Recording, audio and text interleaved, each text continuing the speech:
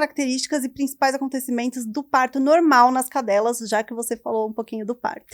Então vamos lá, o parto ele é dividido em 3 fases. A primeira fase do parto, que é o que a gente chama de pródromos do parto, pode começar a acontecer na cadela até 1 semana, 10 dias antes. É aquela fase de preparação, em que os principais sinais são alterações de comportamento, em que essa fêmea ela vai começar a ficar cada vez mais cansada, afastada do grupo, buscando fazer um ninho, então já tem aquele ato de cavar bastante, a mama, a cadeia mamária vai hiperplasiar, já pode ter a presença de leite.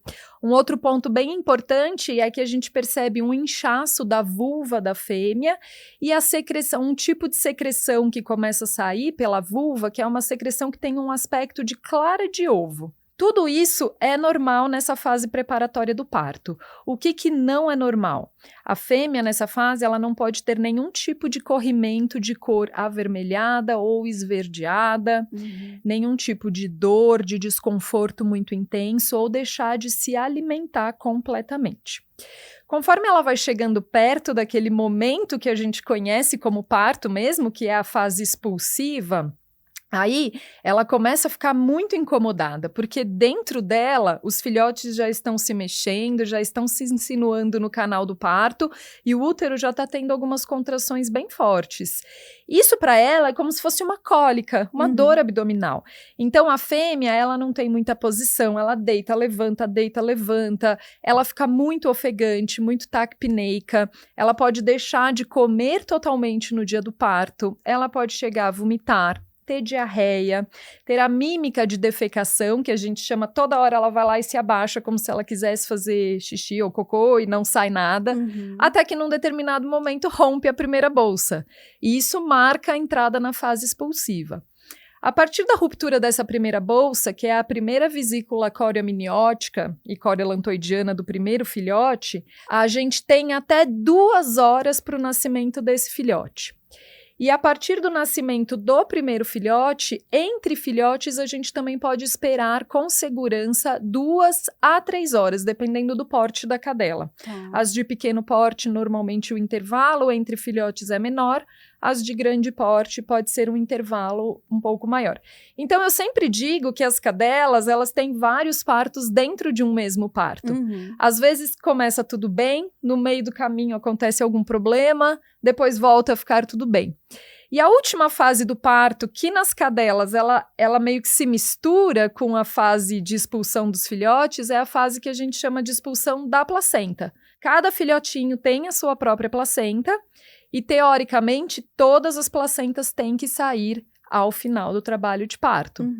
Tem que ter saído todos os filhotes e todas as placentas. Isso não quer dizer que vai sair sempre numa sequência, filhote, placenta, filhote, placenta. Às vezes nascem 2, 3 filhotes, depois vem umas 2 placentas e assim vai indo. Mas ao final do trabalho de parto, que pode demorar aí algumas vezes até 8, 10 horas numa cadela, tem que ter saído todos os filhotes e todas as placentas. E muita gente, inclusive médicos veterinários, infelizmente ainda fala, deixa que ela vai se virar, ela vai saber o que fazer. Por que é tão importante ter um acompanhamento de um médico veterinário nesse momento? Esse é um dos grandes mitos que existem ainda e que atrapalham muitas vezes a saúde da nossa gestante, né? Existe muito aquele conceito de que a natureza é sábia. Eu sempre brinco, não é que a natureza é sábia, a natureza ela simplesmente é. Se hoje a gente deixasse de dar assistência para todas as mulheres começassem a parir nas suas próprias casas sozinhas, é óbvio que uma parte delas ia conseguir parir, ia dar tudo certo e os bebês iam ser saudáveis. Mas eu acho que é muito claro para todo mundo que uma série de outras mulheres que nos hospitais têm a ajuda dos obstetras, das doulas e de tudo mais, não conseguiriam parir sozinha em casa. Sim. E com as cadelas, com qualquer fêmea gestante, é a mesma ideia. Então, é importante sempre ter alguém acompanhando aquela fêmea para conseguir intervir o mais rápido possível no momento em que detecta-se um problema. Como a gente detecta um problema num trabalho de parto? Ou a fêmea tem um prolongamento do intervalo entre nascimentos, então pariu um filhote, aí 5, 6, 7 horas ainda não nasceu ninguém, isso precisa ser avaliado, isso não é normal. Ou então é aquela fêmea que fica contraindo com muita força e um filhote não é expulso num período curto de tempo, 15 a 30 minutos.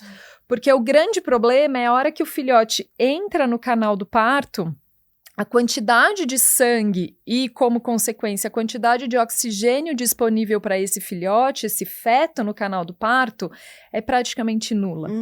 Então, se ele permanecer ali muito tempo com aquela fêmea contraindo com muita força e ele não for expulso, ele vai virar óbito no trabalho de parto. Aí, muitas vezes, é isso que acontece.